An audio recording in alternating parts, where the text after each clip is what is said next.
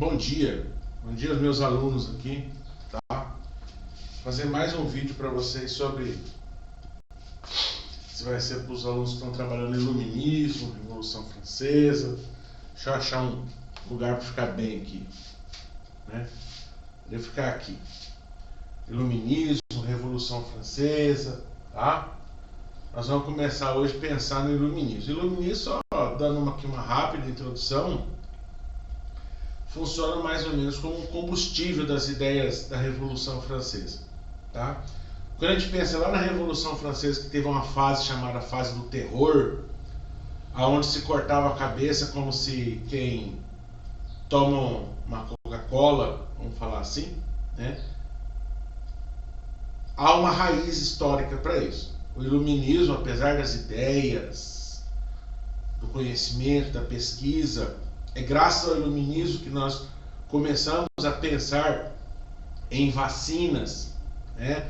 Abandonou-se aquele pensamento que a doença era um castigo, que a doença era uma ação divina, e pensou-se na doença como um efeito natural, e pensou-se numa proteção contra a doença. Nasceu a vacina contra a varíola, foi um estudioso inglês, né?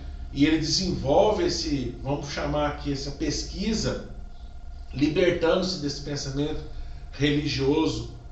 A doença é um castigo. Não, há uma ação de micro-organismos e vamos batalhar para curar esse mal que aflige o ser humano. A varíola é a primeira doença tratada preventivamente com vacina. Interessante isso daí, tá?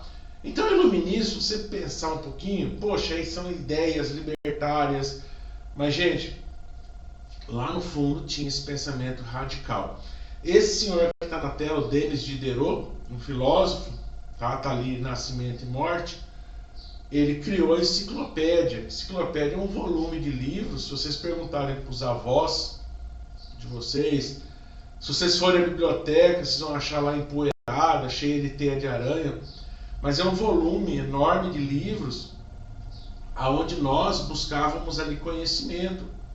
Havia uma vida inteligente antes do Google. Vou deixar isso claro para vocês. Antes do Google, nossa pesquisa era em enciclopédia, né? Nós tínhamos a Barça, a Britânica, a Mirador, a Delta, tá? Pode perguntar para os pais, para os avós, no que eles pesquisavam quando estudavam. Era na enciclopédia. E esse Diderot criou a enciclopédia, vamos dizer, guia de conhecimento, onde você buscava ali as informações igual a um dicionário, em ordem alfabética, tá? Vocês talvez também nem tenham usado dicionário, né? Depois o tio explica o que é dicionário e enciclopédia, mais detalhadamente. Mas vamos aqui ao Diderot.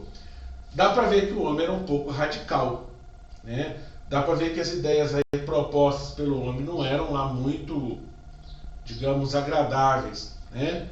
O homem só será livre quando o último rei for enforcado nas tripas do último padre. Deixa eu explicar quem é o rei e quem é o padre aqui no contexto. Falei na aula passada, tá? Dessa França antes da Revolução. Vou postar o vídeo para vocês, ou repostar o vídeo para vocês. Havia uma sociedade muito dividida, tá? Havia o primeiro e o segundo estado em cima de qualquer problemas, né? O primeiro estado eram clérigos, são os padres. O segundo estado eram os nobres, a qual o rei fazia parte. Eram duas classes extremamente privilegiadas, minoritárias. Falam-se aí 1,5% de cada uma dessas classes fazendo parte do primeiro e do segundo estado. E havia o resto da população, que era o terceiro estado, tá?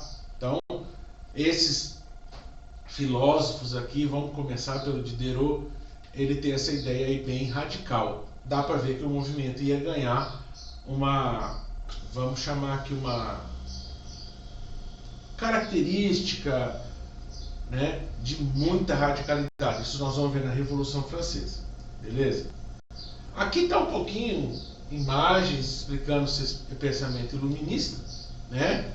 Olha só, o iluminismo representando com uma lâmpada, só lembrando que na época não era uma lâmpada, era uma tocha, né? Essa lâmpada aqui é um símbolo de ideia que só surgiu nos Estados Unidos com Thomas Edison, né? Mais de um século depois. Mas aqui está o rompimento. Ó, presta bem atenção aqui, rompimento contra o antigo regime, eram os nobres. Anticlericalismo, eram contra as ideias da igreja, aquele sufocamento intelectual da igreja. A ignorância, a intolerância, o obscurantismo, irracionalidade, superstição. Ou seja, era um pensamento que visava um mundo mais científico, né? O mundo está dando seus, como eu disse anteriormente, seus primeiros passos aqui na questão da ciência. Tá aqui, ó, o mundo regido por leis naturais. Olha aqui um microscópio, tá? É o pensamento aí da, como eu disse para vocês, da razão, da ciência, né? A ciência dando passos aí bem fortes para chegar no mundo, né? Ciências essas que, vão ser bem franco aqui, elas dão os primeiros passos sólidos no Renascimento, um pouco antes, tá? E agora os passos são mais firmes, né? Lembrando que do outro lado está acontecendo uma outra revolução, né? Também muito agarrada à ciência, tá? Que é a Revolução Industrial, né? Precisa da ciência, enquanto aqui tem um tom mais político, a Revolução Industrial, a ciência tem um tom mais prático da coisa, né? É a fundição do metal, são as fábricas ali com uma linha de produção, né? Os produtos químicos chegando. Então a ciência tem esse lado aí muito forte e a ciência veio para ficar, tá? Aqui tem uma coisa importante, até para ficar fácil para a gente entender, que a França era o centro desse pensamento iluminista, tá? É uma filosofia que você vai ter personagens, filósofos, políticos que estiveram envolvidos na independência dos Estados Unidos e na Revolução Francesa, tá? Mas o começo desse pensamento, os grandes pensadores, em sua maioria, eram franceses. O professor tinha de outros países, sim. Nós vamos ver um quadro para frente, havia economistas, ingleses, mas vamos dizer assim, o centro mesmo, até justificando o que está no slide, o centro é a França. Ó, aqui deve estar um pouco difícil para vocês visualizarem, né? Mas o professor achou essa imagem aqui, tá? Olha só, os lemas que vão ser assim usados muito na Revolução Francesa até hoje tem uma, não sei se é sociedade, não sei se é filosofia de vida, não sei se é sociedade secreta, tá? Mas é bem conhecido que é a maçonaria. Até hoje a maçonaria usa esse lema aqui: igualdade, fraternidade e liberdade, tá? Aqui embaixo tem alguns pensadores, né? O Malthus, o próprio Diderot, que nós já vimos aqui um pouquinho, né? Esse senhor d'Alembert, Thomas Hobbes, um pensador inglês, que fica assim meio com um pé no iluminismo, um pé no absolutismo, tá? Ordem defende o rei, ordem defende a razão. John Locke, esse aqui é forte no liberalismo, Rousseau, Kant, Emmanuel Kant. Esse aqui de baixo, Montesquieu, ele é o pai das constituições modernas aí que nós temos, que defende a tripartição do poder, né? Hoje, aqui no século XXI, você fala em tripartição do poder, é um conceito constitucional. Você falar isso no século XVIII, quando um rei, né, incorporava a visão absolutista do poder, o direito divino dos reis, o Montesquieu era extremamente, vamos dizer assim, revolucionário, tá? Aqui o senhor Voltaire, que é um pensador aí bem conhecido com a defesa das liberdades de expressão, né? É dele uma frase assim bem emblemática desse período, né? Que ele diz mais ou menos: eu não concordo com o que você fala, mas eu vou defender até a morte o direito que você tem de falar aquilo que você tem de dizer, mesmo que eu não concordo. Isso vale muito para os dias atuais, né? Essa polarização política que nós vivemos hoje, você fala, expressa um pensamento, já, puxa, as redes sociais são nesse ponto cruéis, né? Você solta ali uma opinião, Se eu não concordo, há um linchamento nas redes sociais, né? Vocês acompanham isso aí no nosso cotidiano, tá? Então, esses aqui são alguns pensadores aí do iluminismo. Claro, professor, claro, pessoal, o professor está dizendo alguns, tá? Vamos pro próximo slide. Aqui outra ilustração, né?